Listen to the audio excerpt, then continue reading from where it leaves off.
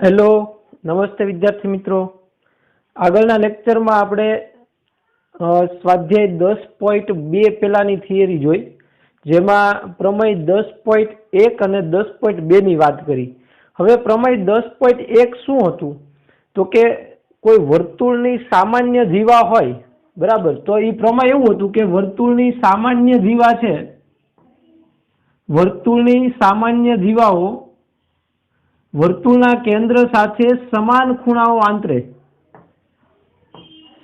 સમાન જીવાઓ સમાન હોય તો એ વર્તુળના કેન્દ્ર આગળ ખૂણાઓ પણ સમાન બનાવે, બરાબર। એનાથી ઊંધું પણ આપણે ભણ્યા હતા કે જો સમાન ખૂણાઓ બનાવે તો એ જીવાઓ કેવી હોય? સમાન હોય। જો કોઈ વર્તુળની જીવાઓ વર્તુળના કેન્દ્ર આગળ સમાન ખૂણાઓ બનાવે तो ते जीवाओ समान होय। ई प्रमेय 10.2 हतुं। 10.1 में तो के समान जीवा होय तो ई केंद्र साथे समान खूणाओ बनावे, बराबर। आ आपणे प्रमेय 2 भण्या, 10.1 અને 10.2। हवे आपणे प्रमेय 10.3 में जावुं छे। तो 10.3 छे ई शेना माटे छे तो के केंद्रमांथी जीवा पर दोरेला लंब माटे छे। हवे कोई वर्तुळ जे छे, आ वर्तुळ एना केंद्र आगळ ई केंद्रमांथी जो कोई जीवाने लंब दौरवामां आवे, जीवा पर लंब दौरवामां आवे केंद्रथी, आ लंब एटले 90 नो खूणो बनावे तो ई लंब जे छे ई जीवाने दुभागे बे सरखा भाग करे। जीवा ए बी, धारो के केंद्र सी थी जीवा पर दोरेल लंब सीएम छे तो ई सीएम जे छे ई जीवा ए बी ना बे सरखा भाग करे।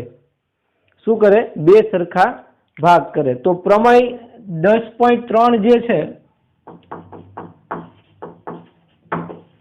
प्रमेय 10.3 एमां शुं कीधुं तो के वर्तुळना केंद्रमांथी दोरेल लंब, वर्तुळना केंद्रमांथी दोरेलो लंब जीवाने दुभागे छे।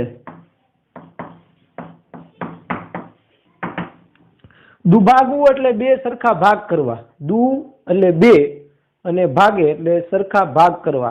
એટલે જીવાના બે સરખા ભાગ કરે એટલે અહીંથી આ અંતર અને અહીંથી આ અંતર સમાન હોય, બરાબર। એવું પ્રમેય 10.3 કહે છે। આપણે આકૃતિ મુજબ જોઈએ, आकृति मुजब तो केंद्र सी वर्तुळनुं केंद्र सी मांथी दोरेल लंब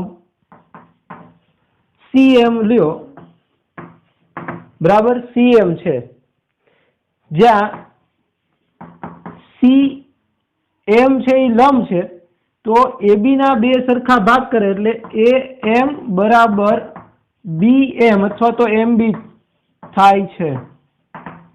बे सरखा भाग એટલે इक्वल टू, એટલે आ भाग અને आ भाग केवो हशे? सरखो। तो आ प्रमेय 10.3 छे आपणने એવું કહે છે કે જો વર્તુળના કેન્દ્રમાંથી લંબ દોરવામાં આવે તો એ લંબ હંમેશા જીવાના બે સરખા ભાગ કરે એટલે દુભાગે જીવાને, બરાબર। હવે એ જીવા અહીંથી અહીંયા લ્યો, કોઈ પણ જીવા લ્યો, એનાથી લંબ દોરો એટલે એ બે સરખા ભાગ જ કરે। केंद्रथी लंब दोरो जीवा पर એટલે जीवाना बे भाग कर दे, सरखा भाग करे। बे भाग तो करे ज पण केवा? सरखा भाग करे जो लंब होय तो। एनु प्रति प्रमेय आप्युं छे 10.3, सॉरी 10.4, प्रति प्रमेय 10.4। एमां शुं कीधुं तो के वर्तुळना केंद्रमांथी पसार थती रेखा जो जीवाना बे भाग करे, वर्तुळना केंद्रमांथी अहींया एक जीवा छे ए बी, जो वर्तुळना केंद्रमांथी पसार थती रेखा ई जीवाना बे सरखा भाग करे तो ए लंब होय। जीवाने केवो होय? लंब होय। जीवा साथे लंब होय रेखा। तो एनुं प्रतिप्रमेय छे के वर्तुळना केंद्रमांथी दोरेल रेखा એ જીવાના બે સરખા ભાગ કરે તો તે રેખા એ જીવાને લંબ હોય છે અથવા તો લંબ છે। બરાબર, એટલે બે વસ્તુ એક જ છે, પ્રતિપ્રમેય છે, આના જેવું જ છે ઊંધું। આમાં લંબ હોય તો બે સરખા ભાગ કરે એવું કીધું, અને આમાં બે સરખા ભાગ કરે તો લંબ છે। હવે તમે કોઈ પણ જીવા લઈ લો, ધારો કે અહીંથી આ જીવા લઉં તો એના બે સરખા ભાગ કરે તો અહીંયા લંબ જ થાય। એટલે ટૂંકમાં વર્તુળના કેન્દ્રમાંથી જો જીવા પર કોઈ રેખા દોરવામાં આવે તો એ હંમેશા જીવાના બે સરખા ભાગ કરતી હોય, હંમેશા યાદ રાખજો। જો લંબ હોય તો, કેવું હોય તો? લંબ હોય તો। એટલે આ MCQ માં પણ પૂછી શકાય। ધારો કે એવું કે વર્તુળના કેન્દ્રમાંથી દોરેલ લંબ એ જીવાને ખાલી જગ્યા છે દુભાગે છે, અથવા તો બે સરખા ભાગ કરે છે। હવે આના પરથી પણ એક ખાલી જગ્યા પૂછી શકાય કે વર્તુળના કેન્દ્રમાંથી દોરેલ રેખાઓ જીવાના બે સરખા ભાગ કરે તો તે રેખા એ જીવાને ખાલી જગ્યા છે, લંબ છે।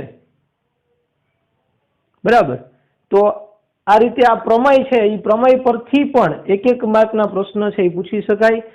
બરાબર, તો આપણા નોલેજ માટે છે કે હંમેશા યાદ રાખો કે જો જીવાને લંબ રેખા હોય તો એ કેન્દ્રમાંથી પસાર થતી હોય, લંબ અને દુભાગથી હોય, એટલે કે લંબ દ્વિભાજક। એટલે હવે આના પરથી એક નોંધ પણ લખી લઈએ આપણે, નોંધ કે જીવાનો લંબ દ્વિભાજક, જીવાનો લંબ દ્વિભાજક, ધારો કે અહીંયા એક જીવા દોરું હું, આ તો જીવાનો લંબ અને દ્વિભાજક એટલે બે સરખા ભાગ કરતો લંબ હંમેશા રેખ કે વર્તુળના કેન્દ્રમાંથી પસાર થાય। બરાબર, આના પરથી એક નવી વ્યાખ્યા કે વર્તુળની જીવાનો લંબ દ્વિભાજક, જીવાનો લંબ દ્વિભાજક, લંબ એટલે 90 નો ખૂણો બનાવતો હોય એવી રેખા જે દ્વિભાજક એટલે બે સરખા ભાગ કરતી હોય, તો વર્તુળની જીવાનો લંબ દ્વિભાજક એ હંમેશા વર્તુળના કેન્દ્રમાંથી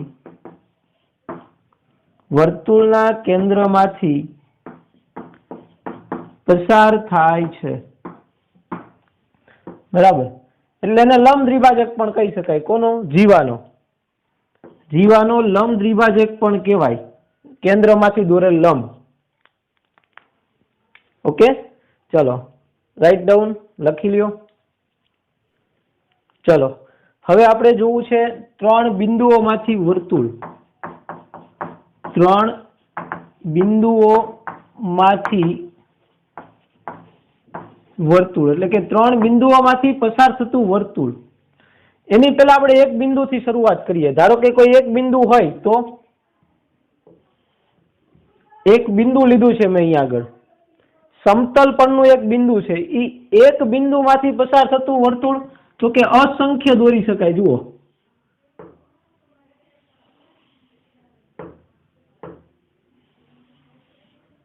અસંખ્ય વર્તુળો દોરી શકાય, એક બિંદુમાંથી અસંખ્ય વર્તુળો દોરી શકાય। સમતલ પરના એક બિંદુમાંથી અસંખ્ય વર્તુળો પસાર થાય છે અથવા તો દોરી શકાય, અસંખ્ય વર્તુળો દોરી શકાય અથવા તો અસંખ્ય વર્તુળો મળે। બરાબર, આ એક બિંદુની વાત કરીએ। હવે બે બિંદુ હોય તો સમતલ પરના બે બિંદુઓ લઈએ તો બે બિંદુઓમાંથી પસાર થતા કેટલા વર્તુળો દોરી શકાય? 1, 2, 3 કેટલા દોરી શકાય? બંનેમાંથી પસાર થવા જોઈએ વર્તુળ, શરત એ છે। તો બંનેમાંથી પસાર થતું એક વર્તુળ, તો આ બંને છે એ વ્યાસના બિંદુઓ હોય, અંત્ય બિંદુઓ। બરાબર, વ્યાસના અંત્ય બિંદુ હોય ત્યારે આ રીતે દોરી શકાય।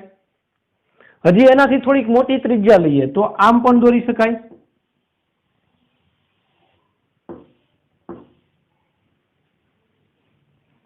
બરાબર. પછી આમ પણ દોરી શકાય.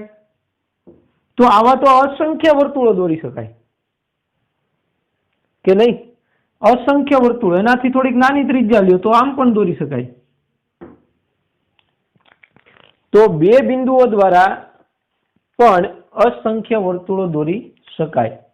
એક બિંદુ હોય સમતલનું તો પણ અસંખ્ય, અને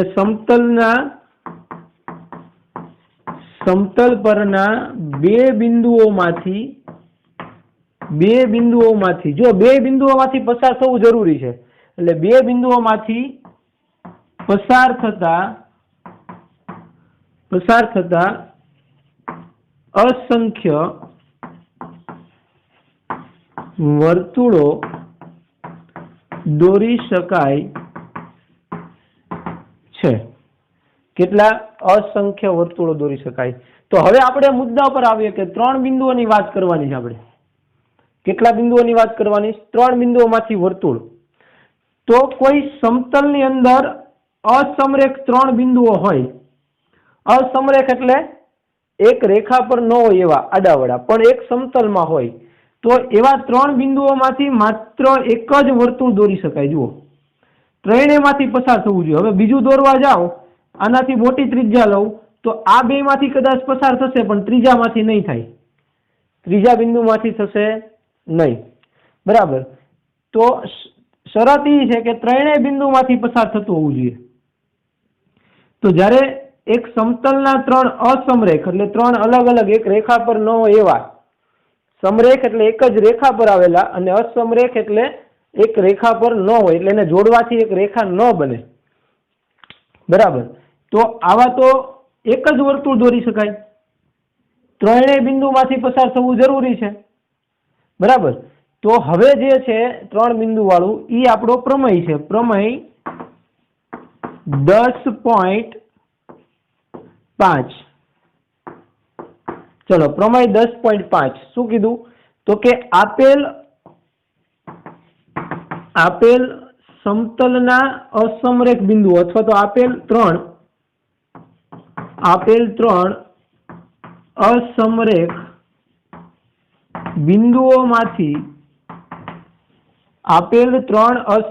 બિંદુઓમાંથી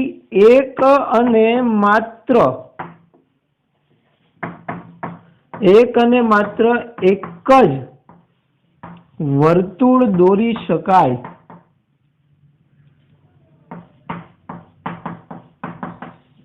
એકથી વધારે વર્તુળ દોરી શકાતા નથી. બરાબર. એક અને માત્ર એક જ વર્તુળ દોરી શકાય છે. તો હવે 3 બિંદુઓની વાત આવે તો 3 બિંદુઓને જોડવાથી ત્રિકોણ પણ બને.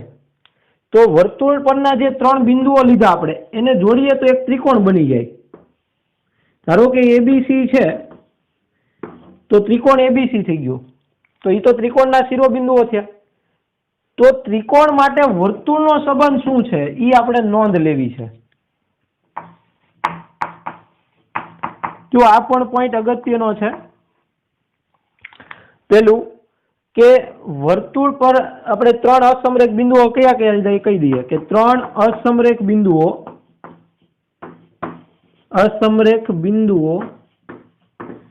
A, B અને C છે, જે ત્રિકોણ ABC ના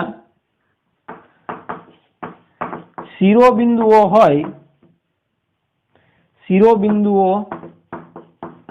હોય તો શું કહી શકાય? તો કે વર્તુળ જે છે એ ત્રિકોણ માટે ત્રિકોણનું પરિવૃત્ત થઈ જાય. શું કહેવાય? પરિવૃત્ત. ત્રિકોણના 3 શિરોબિંદુઓમાંથી પસાર થતા વર્તુળને ત્રિકોણનું પરિવૃત્ત કહેવાય. શિરોબિંદુઓમાંથી પસાર થતા. એટલે પેલો પોઈન્ટ નોંધ માટે કે ત્રિકોણના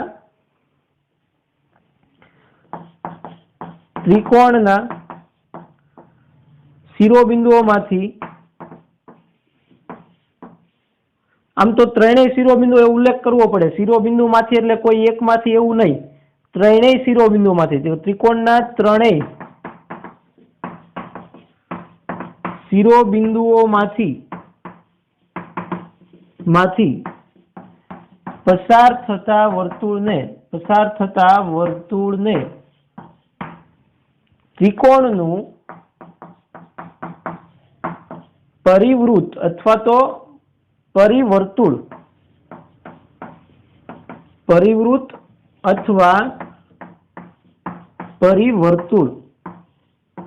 કહે છે.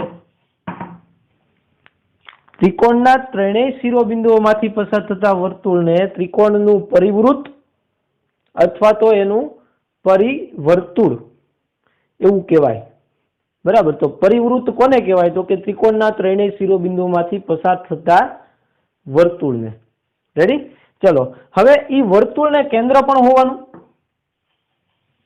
વર્તુળ દોરીએ ત્રિકોણના શિરોબિંદુઓમાંથી પસાર થતું તો એને કેન્દ્ર પણ હોવાનું. તો ઈ કેન્દ્ર જે છે એને ત્રિકોણ માટે પરિકેન્દ્ર કહેવાય. શું કહેવાય? પરિકેન્દ્ર. તો બીજો પોઈન્ટ કે વર્તુળના કેન્દ્રને ત્રિકોણનું પરિકેન્દ્ર કહે. તો પરિકેન્દ્રની વાત આવી તો આરો ત્રિજ્યાની વાત પણ કરી દઈએ કે ત્રિજ્યા પણ હોય તો એને પરિત્રિજ્યા કહેવાય. તો વર્તુળના કયા કિસ્સામાં આને રિલેટેડ વાત થાય? જો ગમે ત્યારે નહીં, જો આ રીતે હોય તો જ વર્તુળ ત્રિકોણના ત્રણેય શિરોબિંદુઓમાંથી પસાર થતું હોય તો આ વર્તુળને ત્રિકોણનું પરિવૃત્ત કહેવાય, એના કેન્દ્રને એનું પરિકેન્દ્ર કહેવાય ત્રિકોણનું, અને વર્તુળની ત્રિજ્યાને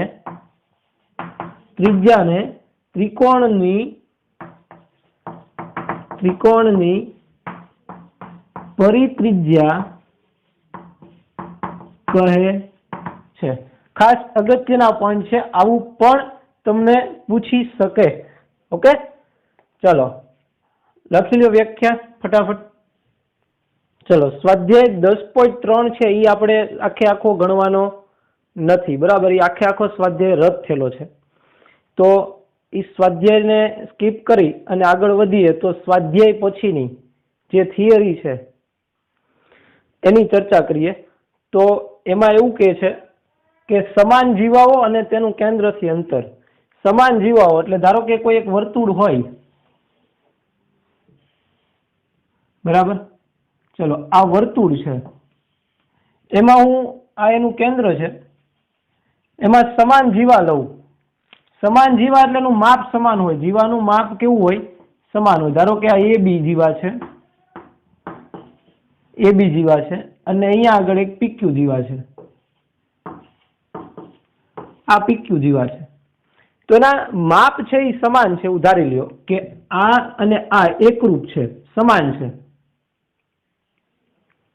તો એ સમાન જીવા માટે કેન્દ્રથી અંતર, તેનું કેન્દ્રથી અંતર કોનું? જીવાનું. મારું કે તમારું નહીં. કેન્દ્રથી જીવાનું અંતર કેવું? સમાન. ક્યારે?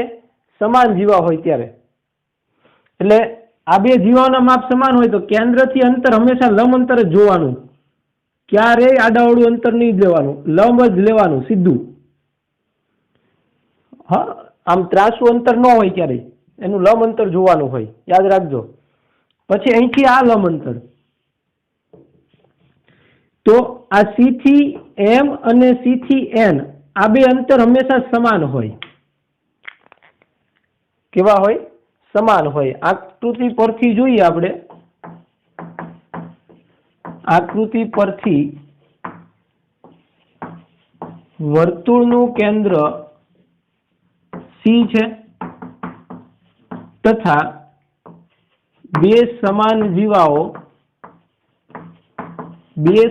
જીવાઓ કઈ કઈ લીધી આપણે? AB તથા PQ લીધી. PQ દોરી. હવે એના કેન્દ્રથી અંતર જોયા તો જીવા AB નું કેન્દ્ર C થી અંતર એ કેટલું છે? તો કે CN. અને જીવા PQ નું કેન્દ્રથી અંતર, કેન્દ્ર C થી અંતર cm છે, તો એ બે કેવા હશે? તો કે તેથી CN બરાબર CM થશે હંમેશા. CN બરાબર CM થાય. હવે આ એક વર્તુળ માટે વાત કરીએ આપણે, એક જ વર્તુળની, પણ એવા બે વર્તુળ હોય અને એકરૂપ વર્તુળ હોય. એકરૂપ એટલે સરખી ત્રિજ્યા વાળા, ત્રિજ્યા સરખી હોય એવા બે એકરૂપ વર્તુળો હોય. આ એક વર્તુળ અને આ બીજું વર્તુળ. ધારો કે બંનેની ત્રિજ્યાઓ સમાન છે, બંનેની ત્રિજ્યા કેવી છે? સમાન છે. આની ત્રિજ્યા r છે અને આની ત્રિજ્યા પણ r છે, એવું ધારી લઈએ. બંનેની ત્રિજ્યાઓ કેવી છે? સમાન છે, એટલે કે એકરૂપ વર્તુળ છે. એકરૂપ વર્તુળો એટલે બે વર્તુળ હોય અલગ અલગ અને એકરૂપ હોય તો પણ એવું શક્ય છે કે જીવા AB અને આની જીવા PQ જો સમાન હોય, આની જીવાનું માપ અને આની જીવાનું માપ સરખું હોય, તો આ લંબ અંતર જે છે એનું કેન્દ્રથી ઈ પણ સમાન થાય. આને C' અને C1 કહીએ અને આને C2 કહીએ કેન્દ્ર. તો બે અલગ અલગ વર્તુળ હોય, એકરૂપ વર્તુળો, તો પણ પોસિબલ છે કે આ અંતર છે એ સમાન હોય, જો જીવાઓ સમાન હોય તો. એટલે આ જે વસ્તુ છે એમાં હું ચેન્જ કરું તો આનું કેન્દ્ર છે એ આપણે C2 લીધું અને આને C1 લીધું, તો આ C1 અને આ C2 વાળું, તો આ બે સમાન થાય, તો એ પણ સમાન થાય. જો અલગ અલગ વર્તુળ હોય અને એકરૂપ વર્તુળ હોય, જો શબ્દ વાપરજો, એના ઉપર ભાર મૂકું છું કે એકરૂપ વર્તુળ હોય તોની વાત છે, અન્યથાની. ત્રિજ્યાઓ સમાન હોય એવા બે વર્તુળ હોય, એની જીવાઓ જો સમાન હોય તો એ જીવાનું કેન્દ્રથી અંતર પણ કેવું હોય? સમાન હોય. બરાબર. તો એને રિલેટેડ આપણે જોઈએ હવે પ્રમેય 10.6. પ્રમેય 10.6 શું? તો કે વર્તુળ અથવા વર્તુળો, એકરૂપ વર્તુળો, વર્તુળ અથવા એકરૂપ વર્તુળો, બે વર્તુળની વાત કરો કે એક વર્તુળ હોય, જો વર્તુળની સમાન જીવાઓ માટે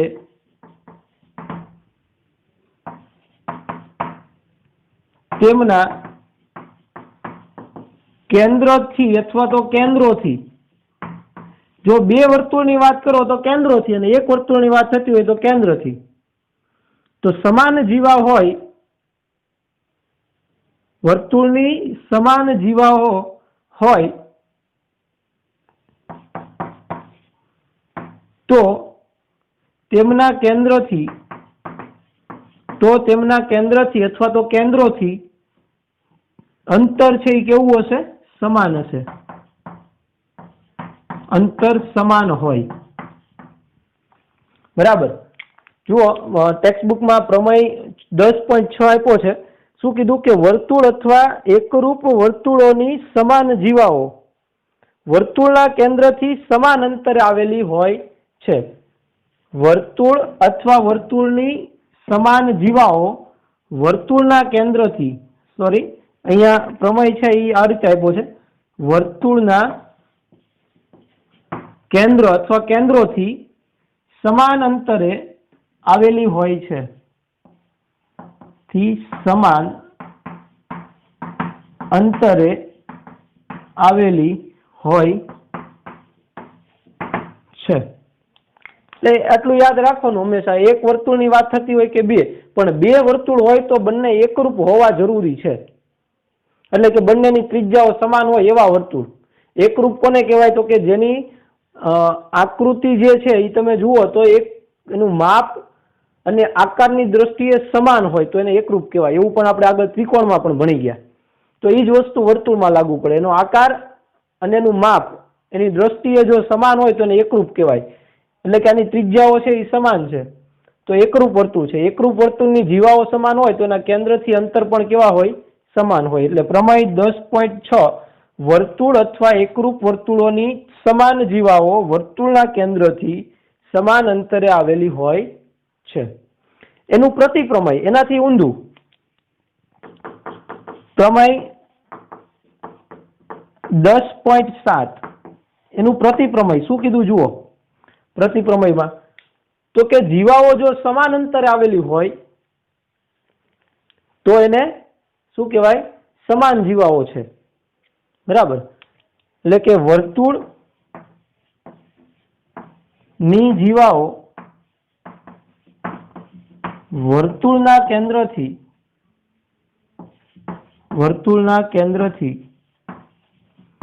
સમાન અંતરે હોય આવેલી હોય તો તે જીવાઓ સમાન હોય છે બરાબર જો કેન્દ્રથી જીવાનું અંતર સરખું હોય તો એ બંને જીવાઓ પણ કેવી હોય સરખી જ હોય પછી એક વર્તુળ માટે વાત થતી હોય કે બે વર્તુળ માટે વાત થતી હોય બંને માટે સેમ પ્રોસિજર લાગુ પડે પણ ફરીવાર હું તમને કહું છું કે બે વર્તુળ માટે વાત થતી હોય તો બે વર્તુળ એકરૂપ હોવા જરૂરી છે ડન ચલો તો આજે આપણે આટલી થિયરી છે એ કમ્પ્લીટ કરી તમારે 3 વખત હોમવર્કમાં બતાવવાની રહેશે બધા પ્રમેય વ્યવસ્થિત તૈયાર કરજો આમાંથી એમસીક્યુ પૂછી શકાય ખાલી જગ્યાઓ પૂછી શકાય સત્ય અસત્ય વિધાન પણ પૂછી શકાય બરાબર એક માર્કમાં ઘણું બધું પૂછી શકાય આમાંથી તો આ કમ્પલસરી છે બધાએ કરવાનું તૈયાર કરી નાખજો સરખી રીતે આગળના લેક્ચરમાં આપણે સ્વાધ્યાય 10.4 એના દાખલા કરવાના છે કંઈક પેલો પાંચમો અને છઠ્ઠો એ 3 દાખલાઓ છે એ આપણે કરવાના છે બીજો ત્રીજો ચોથો રદ થયેલા છે બરાબર તો નેક્સ્ટ લેક્ચરમાં આપણે પેલો પાંચમો અને છઠ્ઠો દાખલાઓ છે સ્વાધ્યાય 10.4 ના એ જોશું રેડી ત્યાં સુધી તમે આ થિયરી કમ્પ્લીટ કરી રાખો ચલો બાય